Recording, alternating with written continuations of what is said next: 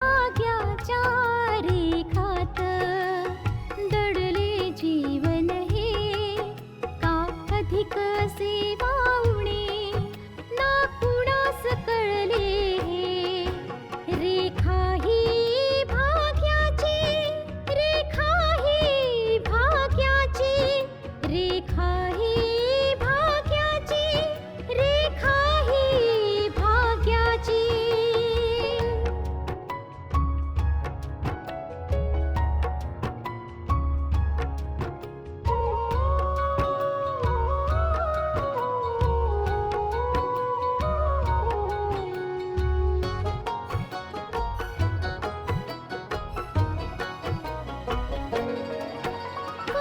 फुलाच चेहरासा दिसतोय परक्याचा.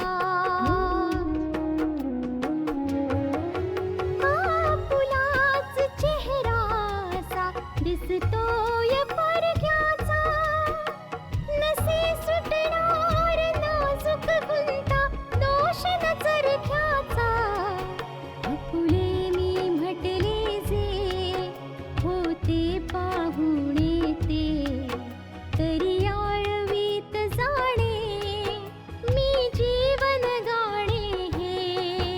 रेखा ही भाग्याची, रेखा ही भाग्याची, रेखा ही भाग्याची, रेखा ही भाग्याची. आतापर्यंत आपण पाहिलं सगळे याचीच वाट बघतायत की आशाची स्मृती परत येईल, म्हणजे या रहस्यावरून पडदा दूर होईल. गायत्री रागारागाने नानांना भेटते की आशिष आशाचा भाऊ आहे. हे सत्य का लपवलं गेलं होतं? आशाला गायत्रीकडून हे पहिल्यांदा समजतं की आशिष आशाचा भाऊ आहे. आशिषवरून गायत्री सोहनलालला सुद्धा रागाने सुनवते. आशिष नाना आणि कामिनीला सांगतो की आशा सोहनलालच्या घरी घुसमटून गुदमरून मरून जाईल. आता पुढे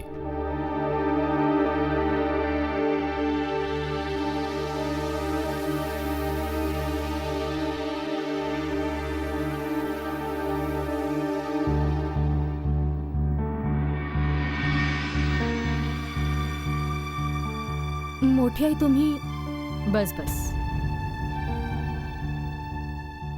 असं दिसतंय की या घरच्या चार भिंती तुला आवडेनाशा झाल्यात आता. नाही मोठी आई, असं काहीच नाहीये. पण दिसतं तर तसंच आहे.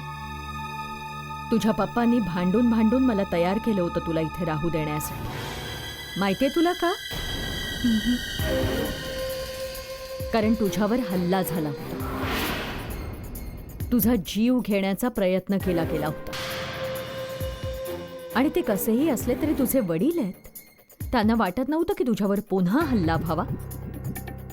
आणि तसंही तुझी तर अशी अवस्था आहे की जरी तू हल्लेखोराला पुन्हा पाहिलंस ना तरी त्याला ओळखू नाही शकणार. म्हणून तुझ्या सुरक्षिततेसाठी ते तुला इथे घेऊन आलेले आहेत. अच्छा. आणि ती तुझी सो कॉल्ड सासू कामिनी, जी तुला एकदाही बघायला आली नाही, हॉस्पिटलमध्ये असतानाही तुला बघायला आली नाही, आम्हाला धमकी देऊन गेलीये की ती तुला इथे राहू देणार नाही, आपल्या बरोबर घेऊन जा. मी जसं तुम्हा कोणालाच नाही ओळखत तसं मी त्यांना सुद्धा नाही ओळखत आई. जर तू ओळखत नाहीस ना तर तुला इथून जाण्यासाठी नकार द्यावा लागेल, तेही कामिनीच्या समोर.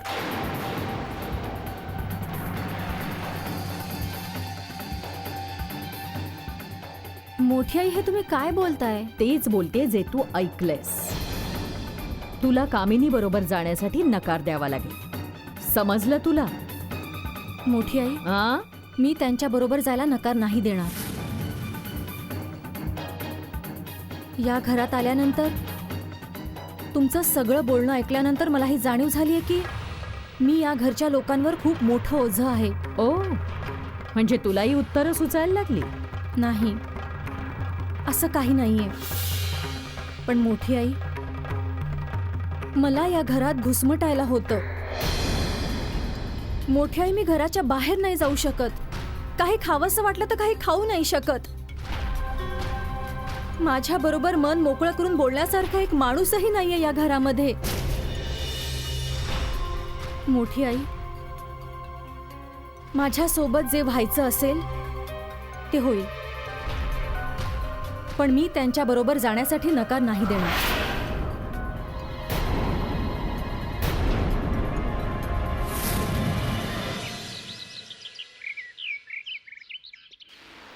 जर तुला माहित होतं की गोष्टी आणखी बिघडणार आहेत, कामिनी आशाला घेऊन जाण्यासाठी सगळे प्रयत्न करणार आहे, मग अशा परिस्थितीत तू असं बोलायला नको होतंस. काय करायला नको होतं मी? तुम्हाला जाणीव तरी आहे की तुम्हाला पावलोपावली मी मदत करत असते ती? जाणीव आहे तुम्हाला याची की तुमच्या सांगण्यावरून मी आशाला सुद्धा इथे येऊन राहू दिलं? मला या गोष्टीची पूर्ण जाणीव आहे. तरीही तुम्ही माझ्यापासून ही गोष्ट लपवलीत की डॉक्टर आशिष आशाचा अनौरस भाऊ आहे? तुम्ही तुमची चूक मान्य का नाही करत? तुम्ही प्रत्येक गोष्ट आमच्यापासून लपवण्याचा प्रयत्न करता. मला तर वाटलंही नव्हतं की ही गोष्ट इतकी मोठी आहे. आणि तू तू आशासोबत अशा पद्धतीने वागशील की की ती ते सहन सुद्धा करू शकणार नाही. हो हो, सगळी चूक तर माझीच आहे, पण तुमचा स्वभावही बदललेला नाहीच आहे ना. आणि तुमच्या या अशा स्वभावामुळेच तुम्ही तुमच्या मुलांच्या नजरेतून उतरला आहात. तरी सुद्धा तुमची सवय बदलत नाही ना. जर तुम्ही प्रत्येक गोष्ट मोकळेपणाने सांगितली असती, सत्य काय ते सांगितलं असतं ना, तर आता पुरे झालं गायत्री. आणि याचा विचार कर की आशाच्या बाबतीत काय निर्णय घ्यायचा आहे. आशाला कसं थांबवता येईल, असं काय करता येईल की कामिनी आशाला घेऊन जाऊच शकणार नाही. आता तुम्ही या गोष्टीवरून आणखी तमाशा नका करू. जर तुम्ही काही केलं नाही तर घाबरण्याचं कारण काय? जे काही होईल ते बघून घेऊ. आशाला थांबवून आता विषय आणखी नका वाढवू तुम्ही. म्हणजे तू असा निर्णय घेतलायस की आशाला पाठवून द्यायचं? आशा कामिनीची सून आहे आणि सत्य तर हेच आहे की आशावर कामिनीचा पहिला हक्क आहे. आपण प्रयत्न करूनही आशाला नाही थांबवू शकणार. परिस्थिती आणखीनच बिघडली. आशाला जाऊ दिलेलंच बरं.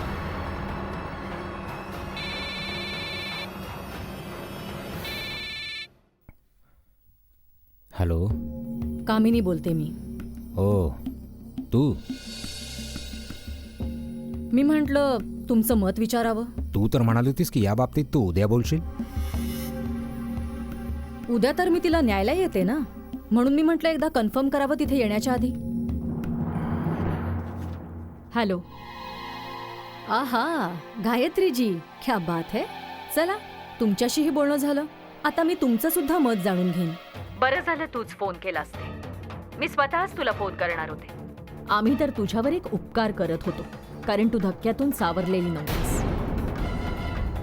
आणि उपकाराचे हे असे परिणाम भोगावे लागतील असा विचार नव्हता केला. तुमचा निर्णय काय आहे? आम्हाला असे उपकारही करायचे नाहीयेत की बोटं आमच्याकडेच दाखवली जाते. ये तू आणि खुशाल स्वतःच्या सोनेला घेऊन जा.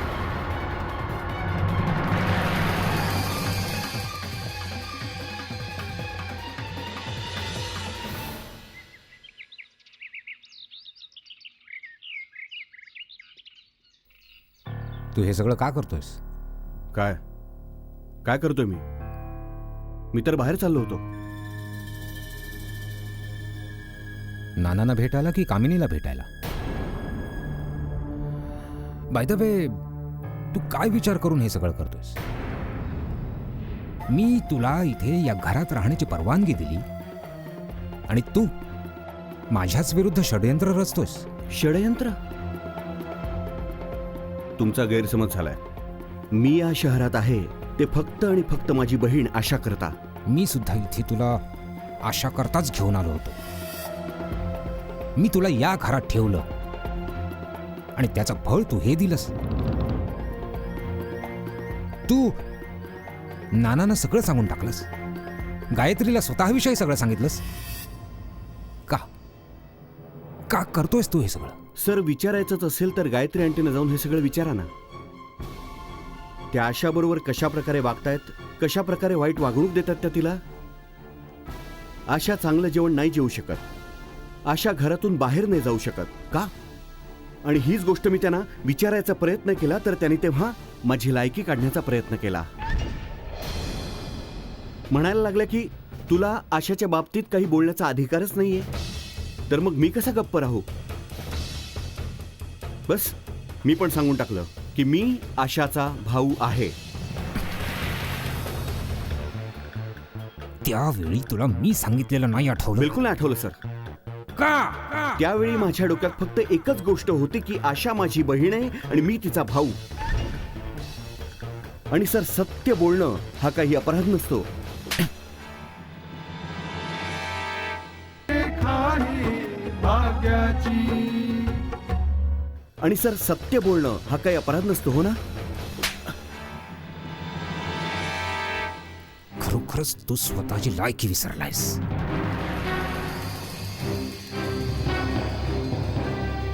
सोहनलाल नाव आहे माझं आणि माझ्या समोर कोणी नजर वर करून नाही पाहू शकत. तू माझ्या समोर तोंड वर करून बोलतोस. चालता हो इथून. निघ तू इथून. मला तुझं तोंडही पाहायची इच्छा नाही आहे. ठीक आहे सर, मला माहित होतं असंच होणार. ते काय सर की सत्य सगळ्यांनाच सहन नाही होत ना. पण एक सत्य आणखी आहे सर. मी तुमची ही थप्पड विसरू शकतो सर, पण ते सत्य कधीच नाही विसरू शकत. आज मी जो काही आहे सर, फक्त आणि फक्त तुमच्यामुळे आहे. माझ्या बहिणीचा बळी देऊन मी तुमच्या उपकारांची परतफेड कधीच नाही करू शकत. पण हो, आयुष्यात कधीही गरज पडली तर तुमच्या या उपकारांची परतफेड मी माझा जीव देऊन करू शकतो सर. बस एकदा मनापासून आठवण काढा सर, मी लगेच येईन. निघतो मी सर.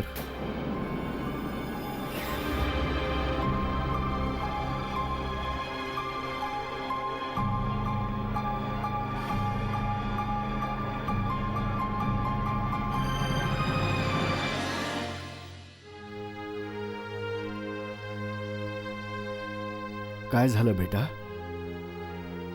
सांग ना. नाना हो, ज्याची भीती होती तेच झालं. सोहनलाल ही गोष्ट सहन नाही करू शकले की मी तुम्हाला माझ्याबद्दल सगळं खरं सांगून टाकलं. त्यांच्या पत्नीला सगळं खरं सांगून टाकलं. त्या सत्याची मला शिक्षा मिळाली नाना. काय झालं बाळा, कोणत्या सत्याबद्दल बोलतोयस तू? नाना, त्यांनी मला घरातून काढून टाकलं. काय? हो नाना, मला सांगा की तुमच्या समोर येऊन मी कोणती चूक केली? अखेर मी कुठवर आपल्या माणसांपासून लांब राहू नाना. आणि ज्यांच्याशी माझं रक्ताचं नातं आहे त्यांच्यापासून तर मी वेगळाच नाही राहू शकत. बेटा, सांभाळ जरा स्वतःला. नाना, मी सुद्धा एक माणूसच आहे ना.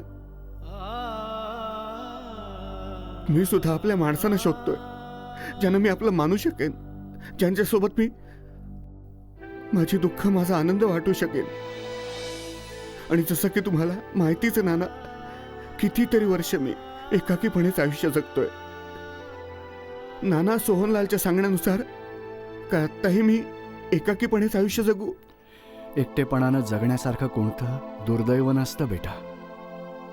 आणि बेटा, या एकटेपणाची वेदना तर मी सुद्धा सहन करतोय. या घरात कधी कधी एकटेपणा सहन नाही करू शकत मी. एक एक क्षण घालवणं कठीण होऊन बसतं. नाना, मी निघून आल्यानंतर तिथे त्या घरात आशाची काळजी घेणार कोणीच नाहीये. आशाचा विचार करून आता आणखी चिंता करायची गरज नाहीये बेटा. कारण माहितीये तुला, गायत्रीने स्वतः कामिनीला सांगितलं होतं की ती आशाला तिथून घेऊन जाऊ शकते. आणि आज कामिनी आशाला घेऊन येते. आणि मग आपण सगळे एकत्र राहू. मी, तू, कामिनी, आशा, आपण सगळे एकत्र राहू बेटा.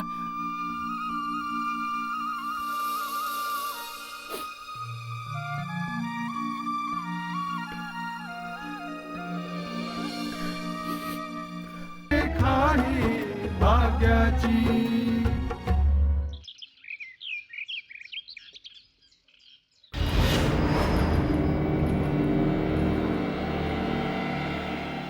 पाठवणीची तयारी झालीच असेल तुमची.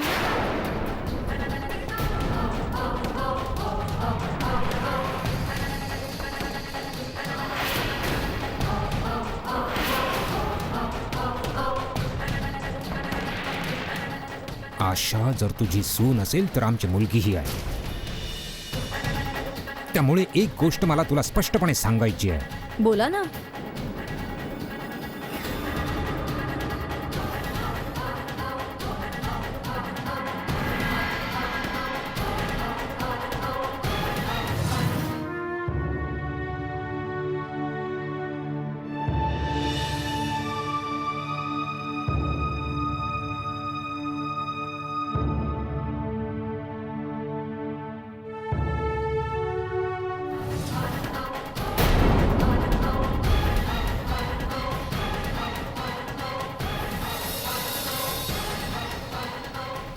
तिच्यावर एकदा हल्ला झालेला आहे. तिला या घरात मी यासाठी आणलं होतं की जेणेकरून ती सुरक्षित राहू शकेल.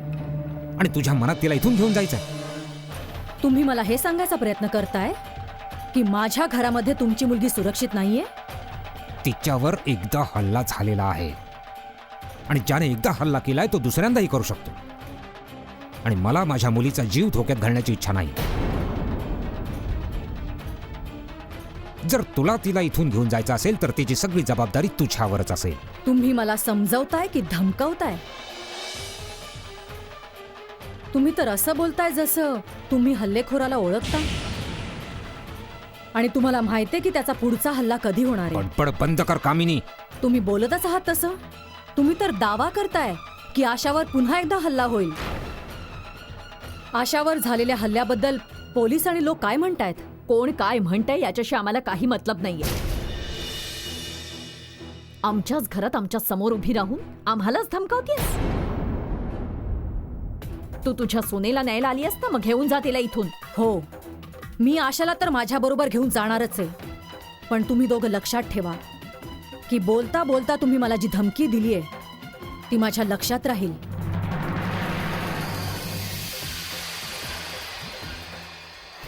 पण असं असलं तरीही मी तुम्हाला सांगते की मी माझा मुलगा गमावलाय आणि मी वचन देते की तुमच्या मुलीला काहीही होणार नाही.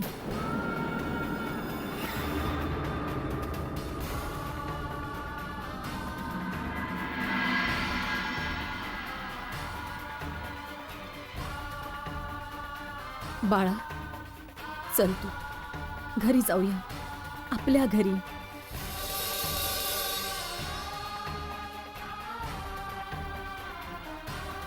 मी बाहेर तुझ्यासाठी थांबले बघ.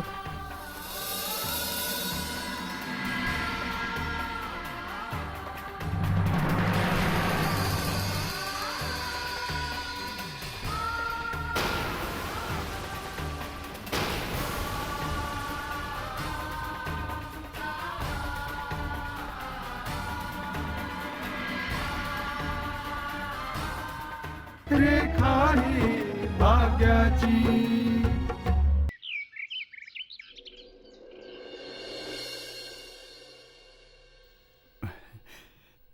बेटा आशा. रेखा ही भाग्याची, रेखा ही भाग्याची, भाग्याच्या रेखात दडले सगळे हे. का अधिक सेवा उणे, का कुणास कळले हे. रेखा ही भाग्याची, रेखा ही भाग्याची, भाग्याच्या रेखात दडले सगळे हे. का अधिक सेवा उणे, का कुणास कळले हे. काय झालं नानू? तुम्ही असे का बघताय? बेटा तुला तुझ्या या अवस्थेचं भान नाहीये, पण मी कधी विचारही केला नव्हता की मी तुला या अवस्थेमध्ये पाहीन.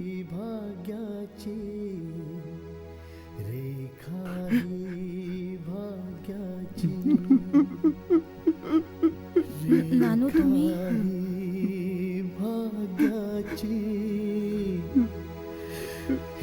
रेखा ही भाग्याची, रेखा ही भाग्याची.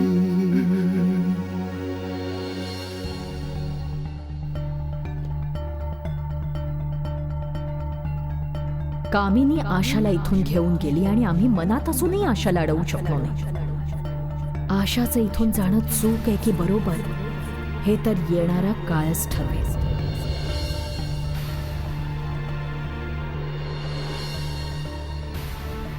आशाला माझ्यामुळे या घरातून जावं लागलं ही गोष्ट कोयलच्या पप्पांसाठी त्रासदायक ठरली नाही म्हणजे झाली. जर आशाची स्मृती परत आली तर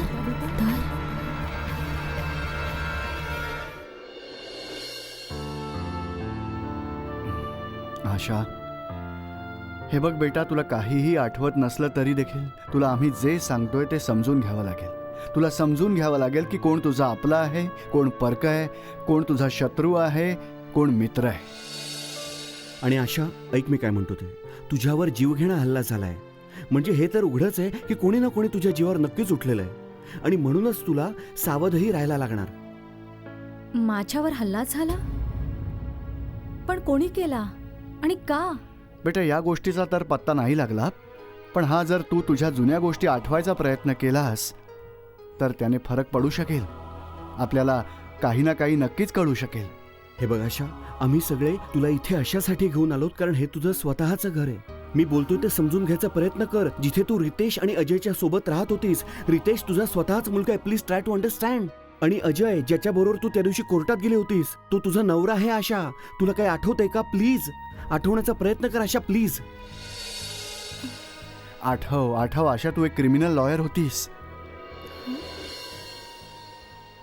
तू अशा अनेक लोकांच्या केसेस लढत होतीस आणि तुला धमक्यांचे खूप फोन सुद्धा यायचे. बेटा नीट आठव. आणि आशा, तू काही नव्या केसेसवरही काम करत होतीस. बेटा आठवून बघ, तू सोहनलालवर कोणत्या मुद्द्यांवरून केस करणार होतीस, ते मुद्दे कोणते होते बेटा, नीट आठव. आशा, नाना बरोबर बोलतायत. तुझ्या हातात असे कोणते पुरावे लागले होते ज्यांच्या आधारावर तू सोहनलालवर केस करायला निघाली होतीस? हो, आणि त्या दिवशी जेव्हा तू आणि अजय कोर्टात जात होतात बेटा, त्या दिवशी काय झालं होतं? मग आशा, त्या दिवशी अजय तुझ्या बरोबर होता आणि तो तुला कोर्टात सोडायला तिथला येत होता. दरवाजा मग उघडता क्षणीच तिथे काय झालं, कोणी गोळी मारली? बेटा जोवर तू हे सगळं आठवणार नाहीस